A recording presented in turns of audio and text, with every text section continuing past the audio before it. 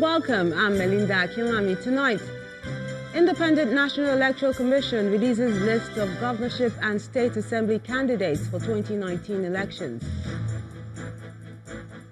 Ondo House of Assembly impeaches Speaker and Deputy.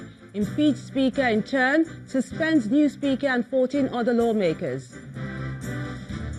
President Muhammadu Buhari joins other world leaders to participate in the first edition of the Paris Peace Forum. And attackers kill at least 17 people in triple bombings in Somalia's capital, Mogadishu.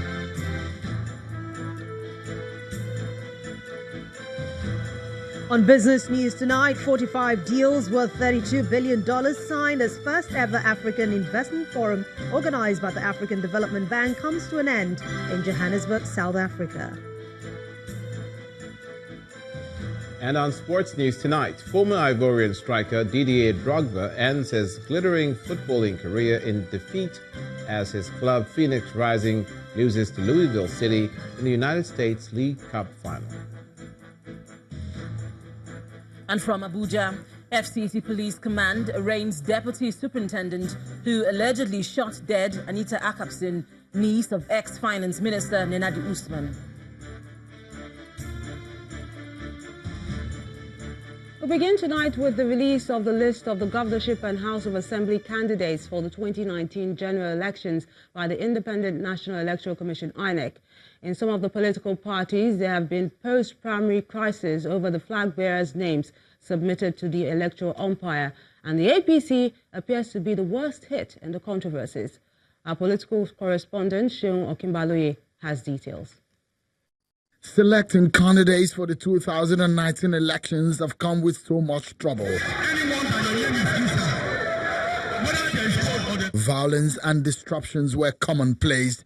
Most political parties had their own fair share of the crises, from the PDP to the APC. Is the rightful winner of APC direct primary. APGA was not left out. No election was held, and you cannot impose somebody on us. Even the new political parties slugged it out. Internal party politics went dirty and personal. On the release of the Presidential and National Assembly list, the factions trailed, especially for those who were disappointed with the absence of their names. In Imo State, INEC earlier did not publish any names for the APC. The Okorocha group has gone to court on the matter, perhaps the reason for that. But later in the evening, INEC eventually releases Senator Hope Uzodinma as Imo APC governorship candidate. It is said that Senator Uzodinma got another court order from an FCT High Court, Abuja. A former Deputy Speaker of the House of Representatives, Emeka Hediawa, is PDP's candidate, while Ifeanyi Araruma is APGA's candidate. In Ogun State, Dakwa Abiodun's name was released as the APC candidate, while the PDP asked Lawal Shitu and Ruben Abati, a former presidential spokesperson, as running mate. A group is already angry with the list released by INEC. In the list of those who have been pasted,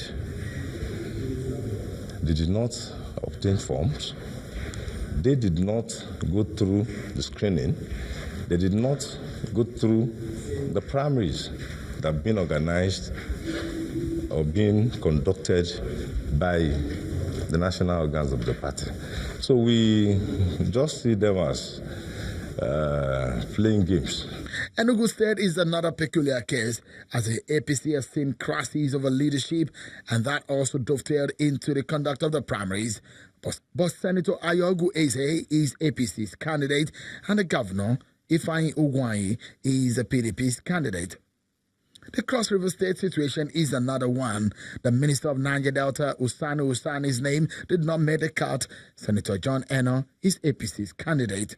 To Delta State, Mr. Great Ogboro is APC's candidate, as released by INEC, and incumbent Governor Ifeanyi Okowa is PDP's candidate.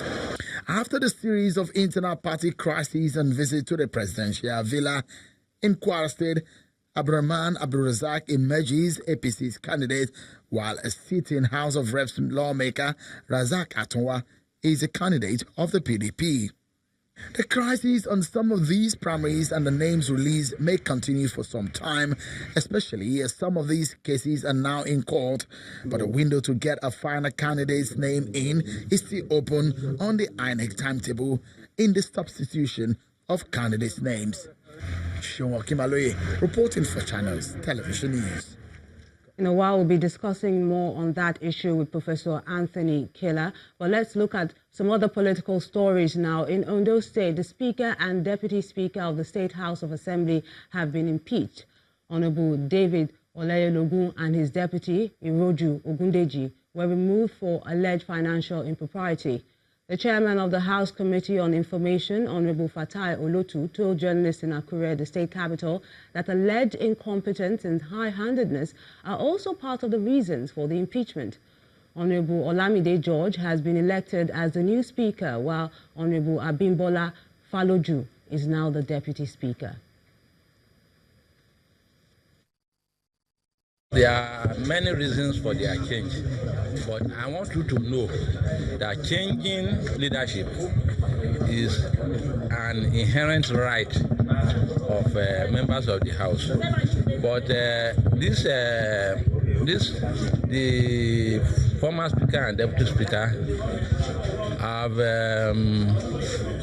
shown great incompetence in running the affairs of the House. Then secondly, they have run the House aground financially. That is to say, they have committed a lot of financial impropriety that we can no longer condone them. We want to assure the public and the people of Ondo State is a new dawn for us. We are not fighting the government. I belong to APC. But what is more important is this. Is a separate organ. The government should allow the House to perform their duties. We are not against the government, and we are not doing anything funny against our government. But in another twist, the impeached speaker has suspended the newly elected speaker and 14 other lawmakers, citing what he describes as unruly conduct. The House has adjourned indefinitely.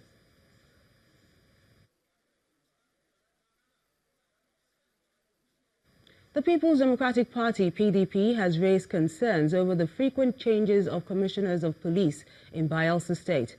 According to the party, the action by the police hierarchy is a ploy to compromise security in the state and pave the way for rigging in next year's general elections.